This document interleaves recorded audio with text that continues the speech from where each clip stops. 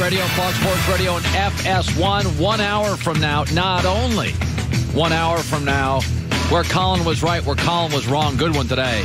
Alex Rodriguez shows up at the top of next hour. A-Rod. We got Manny Machado, Bryce Harper, baseball. Yeah, Oscars last night. A-Rod in the house today. So Joy Taylor, of course, joining me. Good morning. Watched a little Oscars last night. I was thinking about this, Joy. In sports, it's really important that the star buys in. Tim Duncan always bought into Greg Popovich, so much so he took pay cuts. And Tom Brady bought into New England, so much so he took pay cuts. Buy-in. I mean, if Tim Duncan's taking pay cuts, if Tom Brady's taking pay cuts, D. Wade, for all of his big years in Miami, bought into Pat Riley. And Pat Riley would make trades and moves. When the star buys in, it changes everything because people know. LeBron, and this is why the Laker LeBron thing hasn't worked so far, he's never bought in. Some of it's not his fault. This roster isn't guys he'd connect with. It's young guys he doesn't really respect yet, and then it's old knuckleheads and one-year contract guys he doesn't relate to. LeBron bought into Cleveland for the first 6 years until he was worn down. He bought into Miami. He bought into Kevin Love and Kyrie for a couple years. He didn't buy into this team. He didn't have any close friends on it. Miami felt like an absolute buy-in day one. Duncan, Brady, you got to buy in. And let's be brutally honest, we're 59 games into the season. There's no juice. There's no energy with the Lakers. It didn't even feel big. I'll be the first to admit, I thought this would feel big. It's not about you predicted 43 wins, I predicted 48, some predicted 45. But we all predicted, well, this would feel big. Lakers plus LeBron. This has never felt big. There's no juice. There's no energy. I mean, LeBron looks around. He's like, Brandon Ingram, has he hit a ceiling? Lonzo Ball hurt again. Luke Walton couldn't win when I was gone. Defensively, zero consistency all year. I mean, you can even hear it when LeBron talks. You can tell he's still trying to figure it out.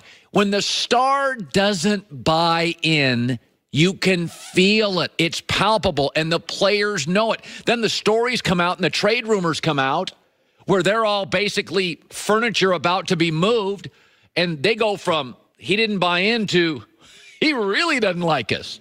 Here was LeBron after getting thrashed this weekend by the Pelicans, who didn't even have AD.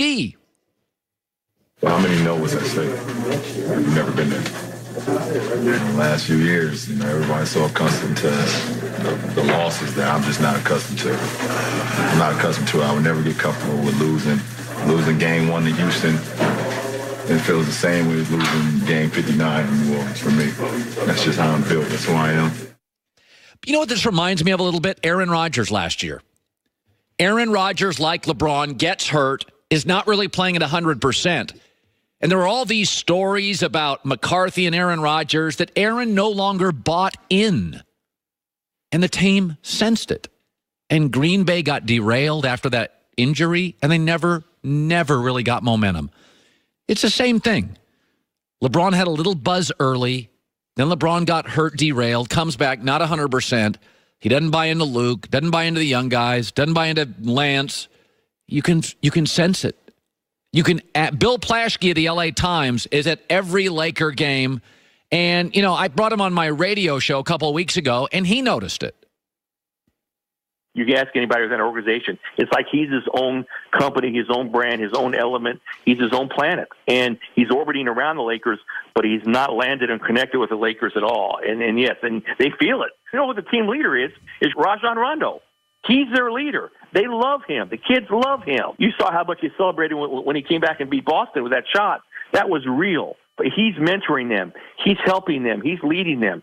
What's LeBron doing? Putting up some good numbers and playing, but not as engaged and as invested as he should be in any of this. Yeah, I think it's really obvious. By the way, I don't think Anthony Davis, even if he comes to Los Angeles, solves their biggest problem, which is they don't have enough shooters, and LeBron knows it. LeBron's not necessarily worked well with big guys. He didn't work great all the time with Chris Bosh. He didn't work great all the time with Kevin Love. He was great with Kyrie. He works with shooters. Anthony Davis, he doesn't solve that. Lakers are 28th in three-point shooting, 29th in free throw percentage. Anthony Davis doesn't solve those issues. He makes the Lakers better and more interesting, but he didn't solve their biggest issue. They're a lousy shooting team in a shooter's league. This year, though, it's never felt big. The West was already good, and then Houston, a good team, added Kenneth Faried. They're better. And then Portland was already good, and they added Rodney Hood and Enes Kanter. They're better. And Oklahoma City just added Marquise Morris. Oh, they're better. Like, let's just admit it. I'm wrong on this. It's not the win total. I could still get to 48, what I predicted. But it has never, ever, ever felt big. It's disappointing. Chris Mannix, First Things First, talked about their biggest flaw. There are not enough guys in that locker room that have real equity in that team. LeBron knows he's a Laker for the next 3-4 years or whatever.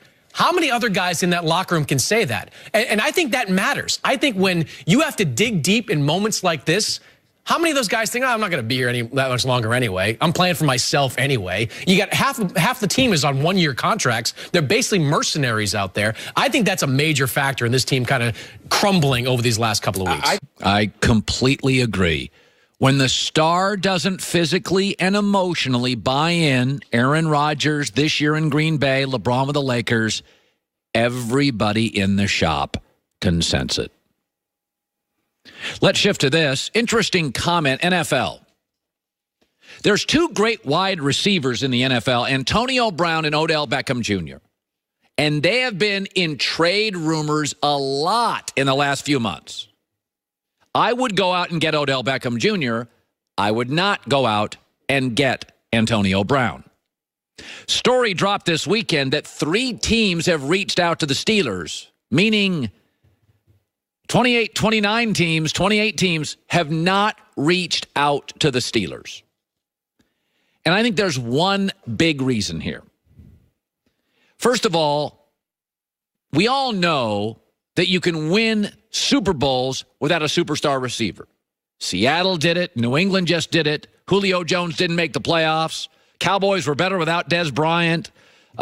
New England wins a Super Bowl with a slot receiver.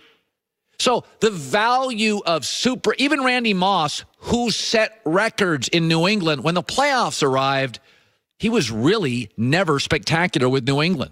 He had a couple of one-catch games on those super years. Weather gets colder, windier, playing outdoors, January. Big play receivers, to me, have always been more icing than cake, especially in the playoffs. But there's a reason that Antonio Brown's on the market and reportedly Odell Beckham is, and why I'd pass on one and take the other. Because when you look at the Pittsburgh situation, and I think this is what's happening, people are like, dude, you're in the perfect spot. Big Ben is a deep ball thrower. Mike Tomlin, incredibly tolerant of players and egos and personalities. The offensive line's good enough to allow the quarterback time to throw a deep ball. You've got a really good receiver on the other side, so they can't constantly double team you. And this is a winning organization. People around the league look at Antonio Brown and think, it's the old thing about, why are you getting a divorce? You're married to the perfect person. Odell Beckham's got arguments. Odell Beckham's with the Giants. 3 coaches, 4 years. Quarterback's a shot fighter. They're about 7 to 8 guys minimum from winning a Super Bowl. They don't have a roster that's close to Philadelphia or close to Dallas in their own division. I'm not sure it's as good as Washington. Odell Beckham has thrived statistically in chaos the last 3 or 4 years. Antonio Brown is complaining about what I perceive and many perceive as a virtually ideal situation. Again, I'll say it. Given the option, I'd take Odell Beckham Jr. in a heartbeat. In fact, my biggest concern with Odell has always been health. He's a little smaller, broken ankle, but $192. I worry over time, 8-9 years, can he stay healthy?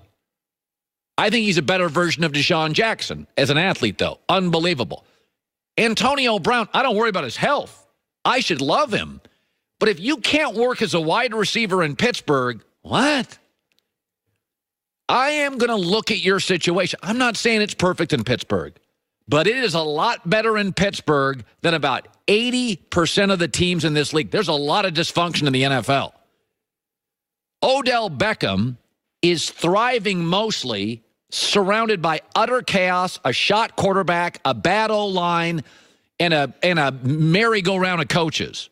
Antonio Brown, can you imagine Odell Beckham Jr. in Pittsburgh? Can you imagine OBJ in Pittsburgh? Oh, my God. Randy Moss, your record's erased. So I think what hurts him here, sometimes you see people leave companies and you're like, what are you doing? You see people leave marriages. What are you doing? Don't confuse OBJ and Antonio Brown. AB's great, pass. OBJ, you think he's got issues? Sign him any day, especially if I have a quarterback like Big Ben. Good stuff today. A-Rod will be joining us next hour. Baseball season's around the corner. A couple of massive stars in baseball. One signed, one is unsigned, Bryce Harper. Catino Mobley, Chris Broussard this hour, where Colin was right, where Colin was wrong. I'm going to call my shot. People think the Celtics are dysfunctional. I'm going to call my shot next, defending Boston. And I'll just put it out there. Hold me to it. John, make sure you're taping next segment. Let's put this one on tape, if we could. If you haven't tried the incredibly delicious, high-quality meats from Butcher Box, you're going to be blown away. It brings you meat the way it's meant to be. Unbelievable flavor, unparalleled nutrition, and they work closely with best farms and companies committed to raising animals humanely. It's called Butcher Box. Ethical process, better quality, better tasting. No added hormones, ever. Antibiotics, none, ever. Grass-fed beef, free-range organic chicken, wild-caught sockeye salmon from Bristol Bay, Alaska. Butcher Box has over 20 different cuts of meat to choose from. Customized boxes, it's really clever, with a variety of other options to choose from. We've used it, I've used it. Salmon's incredible. Butcher Box comes at an affordable price, free shipping. You can get a month's worth of the best tasting meat from Butcher Box for less than $6 a meal.